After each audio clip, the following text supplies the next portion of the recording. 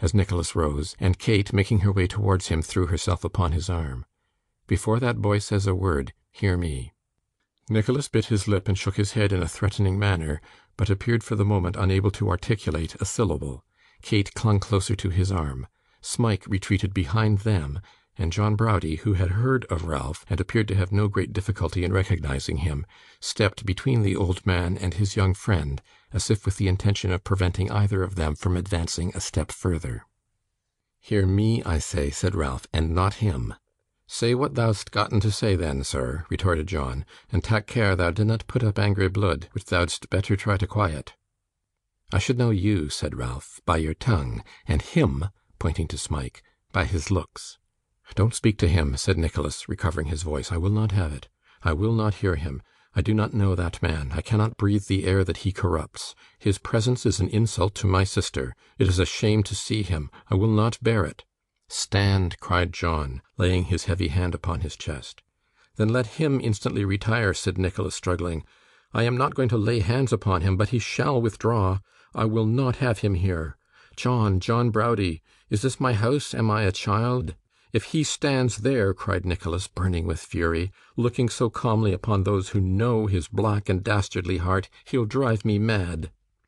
To all these exclamations John Browdie answered not a word, but he retained his hold upon Nicholas, and when he was silent again, spoke. "There's more to say in here than thou thinkest for," said John. "I tell 'ee, I ha' gotten scent of that already. What be that shadow outside door there? Noo, schoolmaster, show thyself, mun, dinnot be shame-faced. Noo, all gentlemen, let's have schoolmaster, coom."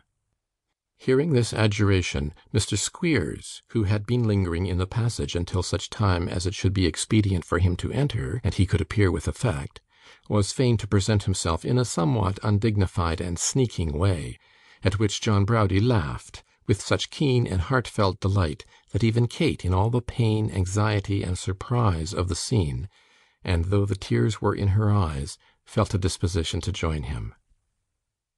"Have you done enjoying yourself, sir?" said Ralph at length. "Pretty nigh for the present time, sir," replied John. "I can wait," said Ralph. "Take your own time, pray." Ralph waited until there was a perfect silence, and then, turning to Mrs. Nickleby, but directing an eager glance at Kate, as if more anxious to watch his effect upon her, said, "Now, ma'am, listen to me. I don't imagine that you were a party to a very fine tirade of words sent me by that boy of yours, because I don't believe that under his control you have the slightest will of your own, or that your advice, your opinion, your wants, your wishes, anything which in nature and reason, or of what use is your great experience, ought to weigh with him, has the slightest influence or weight whatever, or is taken for a moment into account." Mrs. Nickleby shook her head and sighed as if there were a good deal in that, certainly. "For this reason," resumed Ralph, "I address myself to you, ma'am. For this reason partly, and partly because I do not wish to be disgraced by the acts of a vicious stripling whom I was obliged to disown, and who afterwards, in his boyish majesty, feigns to disown me, I present myself here tonight. I have another motive in coming, a motive of humanity. I come here," said Ralph, looking round with a biting and triumphant smile, and gloating and dwelling upon the words, as if he were loath to lose the pleasure of saying them, "to restore a parent his child.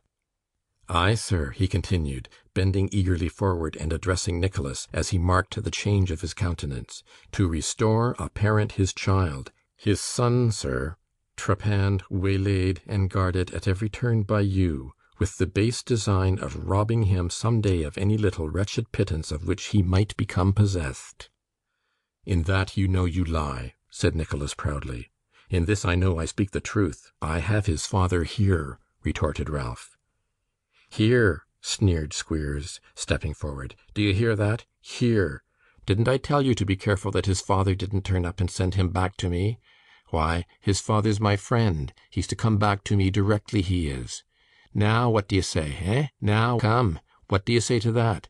An't you sorry you took so much trouble for nothing? An't you? An't you?" "You bear upon your body certain marks I gave you," said Nicholas, looking quietly away, "and may talk in acknowledgment of them as much as you please. You'll talk a long time before you rub them out, Mr. Squeers."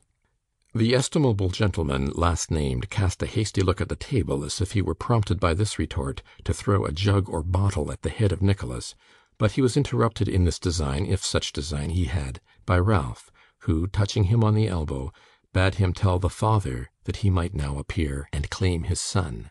This being purely a labour of love, Mr. Squeers readily complied, and leaving the room for the purpose, almost immediately returned, supporting a sleek personage with an oily face, who, bursting from him, and giving to view the form and face of Mr. Snawley, made straight up to Smike, and tucking that poor fellow's head under his arm in a most uncouth and awkward embrace, elevated his broad-brimmed hat at arm's length in the air, as a token of devout thanksgiving, exclaiming meanwhile, "How little did I think of this here joyful meeting when I saw him last! Oh, how little did I think it!"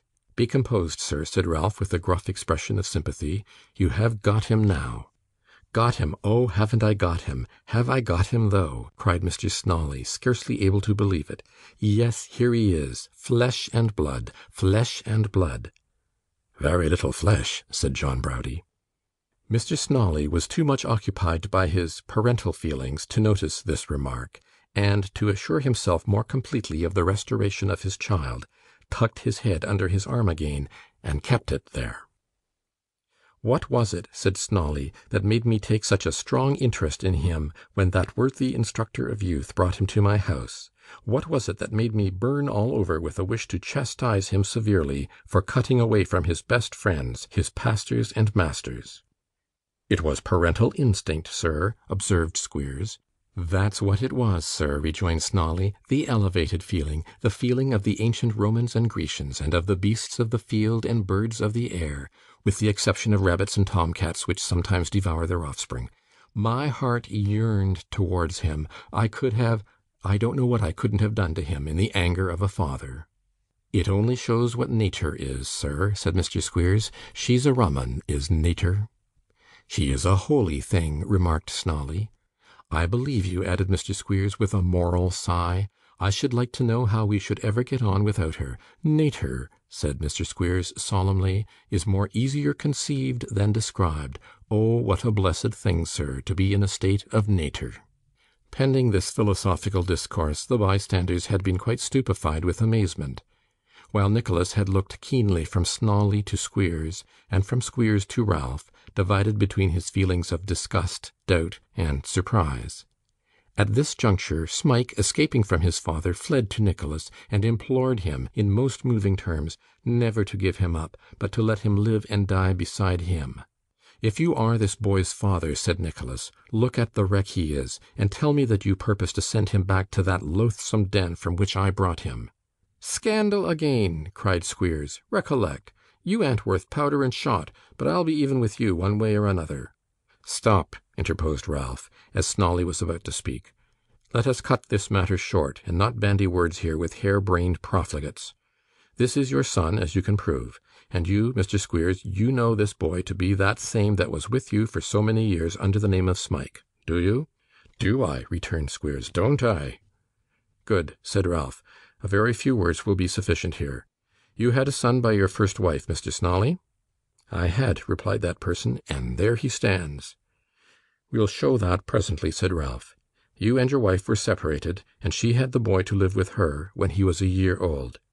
You received a communication from her, when you had lived apart a year or two, that the boy was dead, and you believed it." "Of course I did," returned Snawley. "Oh, the joy of—" "Be rational, sir, pray," said Ralph.